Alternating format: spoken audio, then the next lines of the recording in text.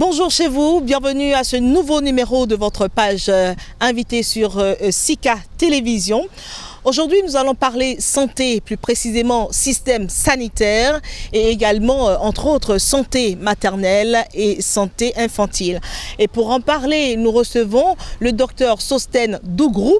Bonjour docteur. Bonjour. C'est un plaisir de vous recevoir pour parler justement de ces questions de santé dont souffrent énormément la plupart des pays d'Afrique de l'Ouest et du Centre. Et d'ailleurs, vous êtes donc spécialiste en renforcement des systèmes sanitaires et au bureau régional du Fonds des Nations Unies pour les populations, Afrique de l'Ouest et du Centre. Donc vous êtes bien placé pour répondre à nos différentes questions. Merci beaucoup. Alors, tout de suite, je suis tentée de vous demander, vous qui avez fait le tour de nombre de pays africains, si on vous demande aujourd'hui de nous dresser le tableau en matière de qualité des systèmes sanitaires, que diriez-vous? Merci beaucoup. Il faut dire que dans les pays africains dans lesquels j'ai personnellement travaillé et dans lesquels j'ai été amené à aller en mission, doivent être différenciés des pays d'Afrique du Nord. Je parlerai plutôt des pays d'Afrique subsaharienne, mais plus particulièrement des pays d'Afrique de l'Ouest et du Centre, région que je connais très bien pour y avoir travaillé pendant longtemps. Alors, globalement, ce qu'il faut dire, dans notre jargon, on a pour habitude de prendre un ou deux indicateurs pour qualifier un système de santé. Alors, il faut savoir que nous sommes dans une région où la mortalité maternelle est la plus élevée au monde et où la mortalité néonatale l'est aussi. Alors partant de ces deux indicateurs qui sont les plus mauvais au monde, on peut dire que nos systèmes de santé ne sont pas de très bonne qualité et qu'il y a du travail à faire dans nos systèmes de santé pour avoir, si vous voulez, des résultats qui sont des résultats à la hauteur des pays qui sont avancés, à la hauteur des pays qui ont des systèmes de santé de qualité. Parce que comme vous le savez, le but d'un système de santé, comme son nom l'indique d'ailleurs, c'est d'améliorer les indicateurs de santé.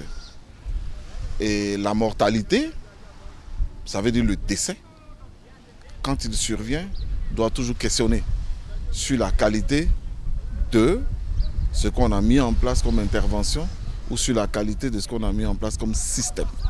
Voilà.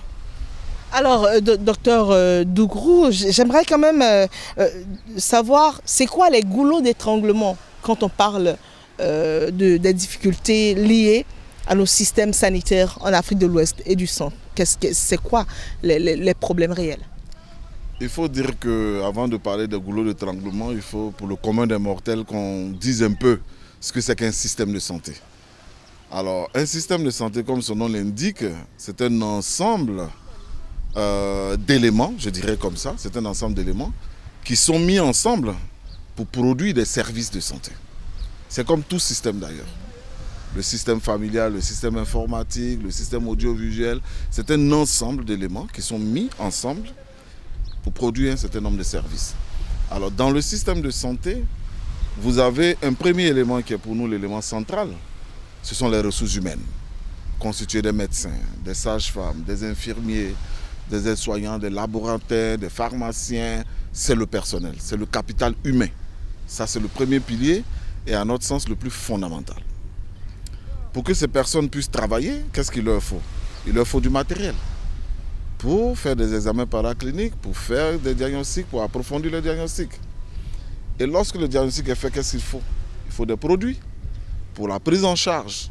Et dans ces produits-là, on mettra un peu tout, on mettra médicaments, on mettra réactifs de laboratoire, on mettra tous les produits. Alors donc j'ai parlé des ressources humaines, j'ai parlé des produits, j'ai parlé des médicaments, je vais parler maintenant du plateau technique. Le plateau technique, ce sont les équipements, c'est tout ce qu'on met dans l'infrastructure. Donc c'est le plateau technique. Et à l'infrastructure elle-même, qui est le bâti, c'est-à-dire le bâtiment, qui lui doit répondre aussi à certaines normes. Nous allons revenir tout à l'heure là-dessus, sur ces normes-là. Et puis, vous avez deux autres aspects qui sont des aspects un peu virtuels. Ce sont ce qu'on appelle, je dirais, l'information. L'information, parce qu'on fait souvent la confusion entre les données et l'information. La donnée, elle est brute, mais l'information, c'est elle qui vous parle. Et puis maintenant, vous avez ce qu'on appelle le système de gouvernance, avec lequel vous avez toute la partie leadership et l'autre partie qui est la mobilisation des ressources pour que tout cet ensemble-là fonctionne. Alors, nous décrivons le système de santé comme étant un ensemble avec 5 principaux piliers. Le 6e étant les services qui sont rendus. C'est-à-dire quand vous vaccinez un enfant, quand vous opérez une femme pour césarienne, ça c'est le service. Quand vous donnez un contraceptif, quand vous donnez un comprimé, quand vous prescrivez, ça ce sont les services qui émanent de l'agencement de tout ce que je viens de citer. Ça veut dire quelque part que si le personnel est défaillant, ça joue sur le reste de la chaîne. Vous avez tout compris. Si le personnel est en nombre insuffisant, ça va jouer aussi sur le reste de la chaîne, parce qu'avec le burn-out du personnel, si le personnel est mal déployé, vous voyez, je viens de plusieurs pays où, dans les capitales, il y a une foison de personnel, alors qu'à l'intérieur du pays, il n'y a personne. Alors, les goulots que nous rencontrons le plus souvent, et ce qui est très clé, c'est d'abord que là où il y a souvent du personnel qui est même qualifié, c'est un désert infrastructurel. Il n'y a pas les équipements nécessaires pour travailler. Il y a des endroits où vous n'avez même pas une ventouse pour faire une extraction de l'enfant. Il n'y a pas de ventouse. Je ne parle même pas encore de bloc opératoire. Donc les goulots se trouvent à ce niveau-là, au niveau du matériel, qui n'est pas adapté aux prestations que nous faisons. En principe, on devrait pouvoir dire dans telle structure de santé, nous avons X consultations prénatales, X accouchements, et pour faire une consultation prénatale, il faut 1, 2, 3. On met le plateau technique à niveau.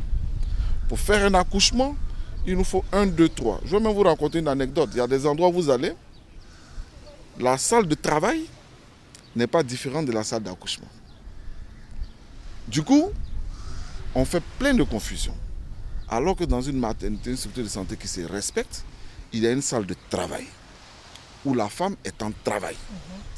Et pendant qu'elle est en travail, où la sage-femme peut, je vais peut-être exagérer, lire son petit journal, parce que la femme est en travail.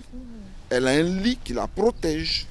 Il n'y a pas de risque. On peut venir chaque 30 minutes vérifier le col, s'il est décollé, si les constantes sont bonnes. Il y a une salle de travail. Quand la femme est en pleine dilatation, on l'emmène en salle d'accouchement. Là-bas, on n'a plus le droit de tourner le dos à la patiente parce qu'elle doit accoucher. Et tout se passe là. Donc on a ces bâtis qui souvent ne respectent pas les normes en termes de construction, les équipements aussi. Mais je peux aussi dire que l'un des plus gros problèmes que nous avons, ce sont les problèmes de gouvernance. Et je vais vous dire pourquoi. Alors, nous militons pour un système de santé dans lequel le personnel de santé, c'est-à-dire la personne humaine, qui a une vie familiale.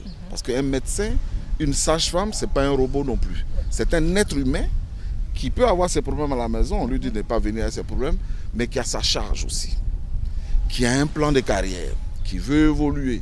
Donc cette personne-là, on lui exige au départ, avant de commencer, d'être qualifié. Et quand je dis qualifié, c'est le diplôme. Mais en plus de la qualification, il faut que la personne soit compétente. Parce que vous pouvez avoir le diplôme et ne pas être compétent. Ça existe. La qualification n'est pas la compétence. Le diplôme, vous avez passé votre examen, vous l'avez eu. Maintenant, la pratique, est-ce que vous savez faire? Parce que l'accouchement, comme c'est notre domaine, je peux vous dire que c'est un domaine qui est très impressionnant. Il y a des gens, même quand ils voient le mobile fœtal, ils tombent à la renverse. Donc ça demande de la personne qui conduit un accouchement du sens de l'anticipation, un sens froid, une maîtrise des gestes, parce qu'il y va de la vie ou de la mort de la patiente. Et c'est important que cette personne-là soit encadrée, soit motivée, soit évaluée. Et ça, celui qui évalue, c'est le système de gouvernance. Et que chaque décès dans une maternité soit interrogé. Pourquoi il y a eu le décès? Pour que le décès devienne un événement exceptionnel. Et non pas notre routine où on dit après c'est Dieu qui l'a voulu. Oui. À tel point que dans nos cultures africaines, quand une femme va accoucher, on dit qu'elle est suspendue. Elle est entre la vie et la mort. Oui, mais dans plusieurs pays, elle est plus vers la vie que vers la mort. Chez nous, elle est beaucoup plus vers la mort. comme l'indiquent les chiffres de mortalité maternelle. Justement, j'allais en arriver là. Toutes ces difficultés-là liées à nos systèmes sanitaires en Afrique, eh bien, jouent forcément négativement sur la santé maternelle et infantile. Alors, moi, si je dois profiter de votre micro, c'est de vous dire qu'il faut plaider pour investir dans la santé. Il faut que nos gouvernants comprennent que mettre de l'argent dans la santé, ce n'est pas une dépense à fond perdu. Parce qu'il y a toujours un retour sur investissement quand on a réussi à maintenir la santé des individus, et c'est important. Peut-être que le cas de cette interview ne nous permet pas d'aller dans les détails, mais je plaiderai pour dire qu'il faut investir dans la santé. Et ça, c'est important. C'est important. Alors, le mariage des enfants, on va y aller un peu vite, hein, le temps courant. Le mariage des enfants vient un peu aggraver toutes ces situations, parce qu'avec le phénomène des filles mères. Alors, le mariage des enfants, en un mot, c'est un déni du droit. On ne peut pas marier, on ne devrait pas marier une enfant qui a 15 ans, 14 ans, etc. Ça, c'est un déni de son droit, parce que lorsqu'elle se marie, on parie déjà qu'elle va avoir des enfants sur un organisme qui n'est pas mature, des bassins rétrécis. Donc au moment de l'accouchement, on n'est pas étonné que l'accouchement soit difficile, ce qu'on appelle l'accouchement obstructif. Ce n'est pas étonnant qu'après, avec la pression du fœtus, qu'il y ait une ouverture entre la vessie et le rectum. Les fistules obstétricales. Les fistules obstétricales. Et que la femme finisse par perdre les urines par l'anus et les matières fécales par le vagin. C'est un déni de droit et pour moi c'est une grosse injustice qu'il va falloir corriger. Mais le mariage des enfants n'explique pas toutes les fistules. Parce que dans les pays où le système de santé est avancé, les filles de 14 ans accouchent, mais il y a la césarienne.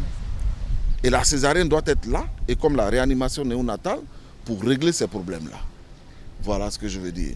Donc, il faut avoir des soins obstétricaux néonataux d'urgence, mais d'un niveau élevé qu'on appelle les SONU C, avec la transfusion sanguine, parce que je rappelle que la première cause de mortalité maternelle en Afrique, soit environ 40%, ce sont les hémorragies de la délivrance. Alors, docteur, très rapidement, hein, on va un peu gruger sur le temps, très rapidement, pourquoi on a comme impression que les fistules obstétricales sont un peu l'affaire des femmes africaines? C'est un peu trop en hausse en Afrique. Est-ce le cas partout ailleurs? Non, justement, la fistule africaine vient démontrer encore une fois la défaillance de notre système de santé, mais encore plus en amont, des pratiques traditionnelles qui sont néfastes. Toutes les violences basées sur le genre, toutes ces histoires de mariage d'enfants, je pense que le législateur devrait pouvoir prendre maintenant des lois pour interdire qu'une enfant, on la marie avant 18 ans. Et ça, on aura fait un effort en termes de droits humains. Voilà. Alors docteur, vraiment c'est un grand plaisir. On aura encore plaisir à vous retrouver sur d'autres thématiques également. Merci vraiment pour votre disponibilité. C'est moi qui vous remercie et bon vent à Sika TV. Merci docteur, vous l'avez bien compris, c'est la fin de notre page invitée que nous avons eu du plaisir à vous présenter. C'était donc le moment de parler santé, de parler de la qualité des systèmes sanitaires en Afrique de l'Ouest et du centre et également de santé maternelle surtout. C'était avec le docteur Sostène Dougrou. Au revoir.